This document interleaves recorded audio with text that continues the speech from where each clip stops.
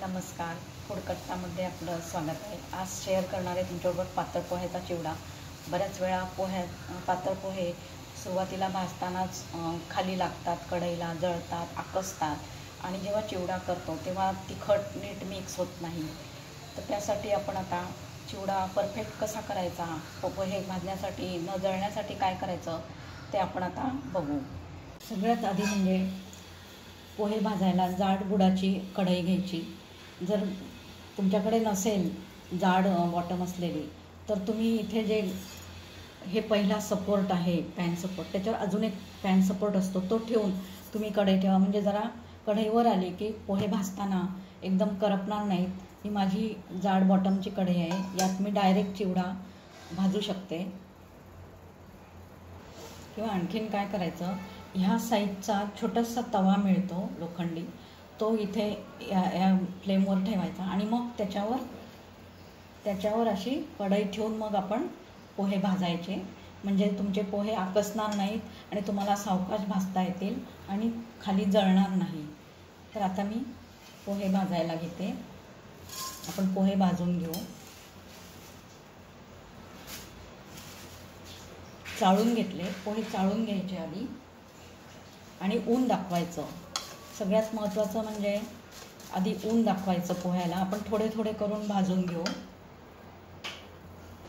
आता आपण कढईत तेल घेऊ।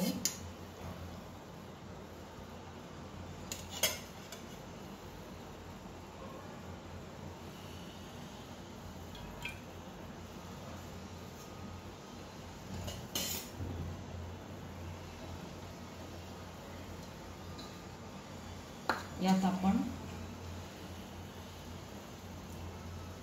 खोबऱ्याचे काप आहेत, सुक्या खोबऱ्याचे काप, ते आपण तळून घेऊ। एकदम मंद आचेवर तळायचे।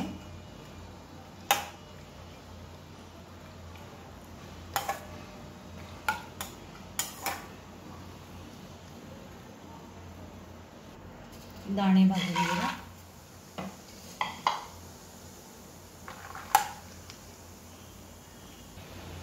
आपण दाणे पण काढून घेऊ।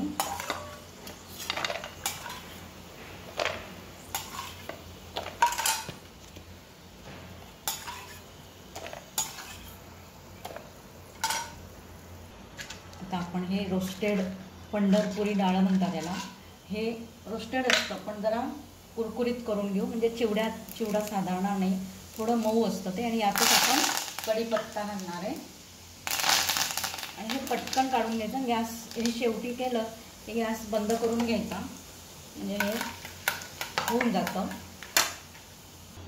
आपण आता कढीपत्ता, रोस्टेड चणा डाळ हे सगळं आपण परतून घेतलंय, तेलात तळून घेतलंय। हे चांगलं कुरकुरीत तळून घ्यायचं, म्हणजे आपला चिवडा साधारत नाही। कढीपत्ता पण चांगला कुरकुरीत होऊ द्यायचा।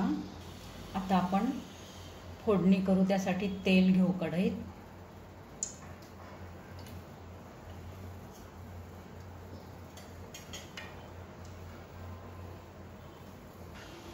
आता इथे एक टीप आहे, इथे मोहरी घातली की आपण मोहरी तडतडायला लागली की हळद टाकायची आणि नंतर गॅस बंद करून आपण तिखट आणि आमचूर पावडर, मी आधीच एकत्रच करून ठेवली आहे तिखट आणि आमचूर पावडर आपल्याला, कारण हे लवकर लवकर घालायचं आहे, जळायला नको म्हणून।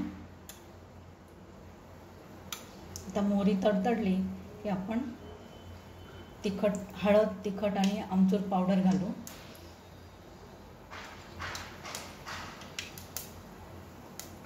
हिंग पण मी हळदीत मिक्स केला आहे। आता मोहरी तडतडली, आपण आता हळद घालू। आपण थोडा वेळ गॅस बंद करायचा आणि आता हे तिखट आणि आमचूर पावडर पण घातली। आता आपण यात पोहे घालायचे भाजलेले आणि हळूहळू मिक्स करायचं। गॅस बंदच ठेवायचा आणि नंतर थोडा चालू करू आपण। आता हे छान मिक्स करून घेऊ आपण।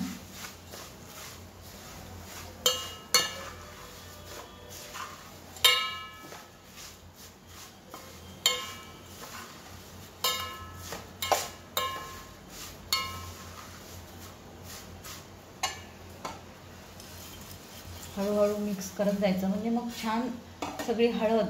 आणि आता आपण हे दाणे आणि हे पण घालू, सगळं तळलेलं चिवड्यामध्ये.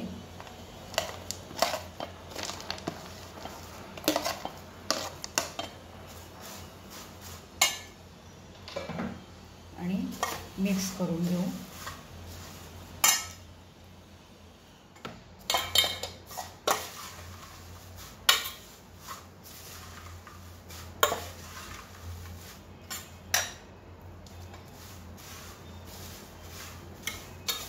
आपण भाजताना थोडं थोडं भाजल्याने कढई छोटी आणि वेगळी घेतली होती.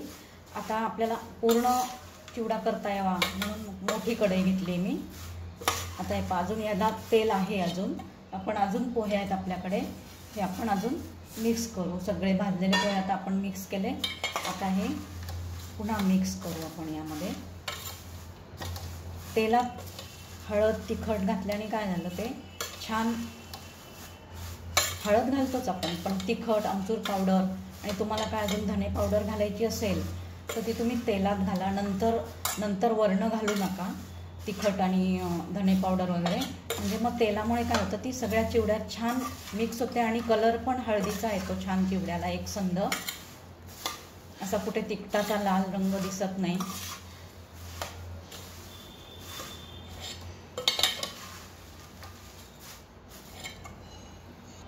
आता आपण या स्टेजला मीठ घालायचं, कारण मीठ आधी घातलं ना तर थोडं ओलसरपणा येतो. मीठ आत्ता घालते मी शेवटी.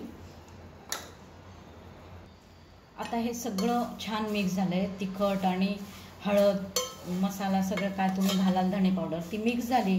पांढरं दिसायचं बंद झालं. काही ठिकाणी पोहे तसेच राहतात. ते सगळं छान मिक्स करून झालं की खालून परत चालू करायचा गॅस मंद आचेवर आणि एकदा परत छान हलवून घ्यायचं, म्हणजे कुरकुरीत होतात. आणि गॅस खूप वेळ नाही ठेवायचा, हलक्या हाताने हलवायचं.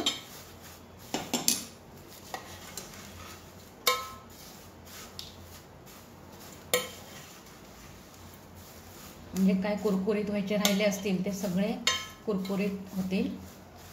आणि आता गॅस बंद करायचा आणि थोड्या वेळ कढईतच चिवडा ठेवायचा, म्हणजे तो आणखीन छान कुरकुरीतपणा येईल त्याला. हा आपला कुरकुरीत खमंग पोह्याचा चिवडा रेडी आहे खायला.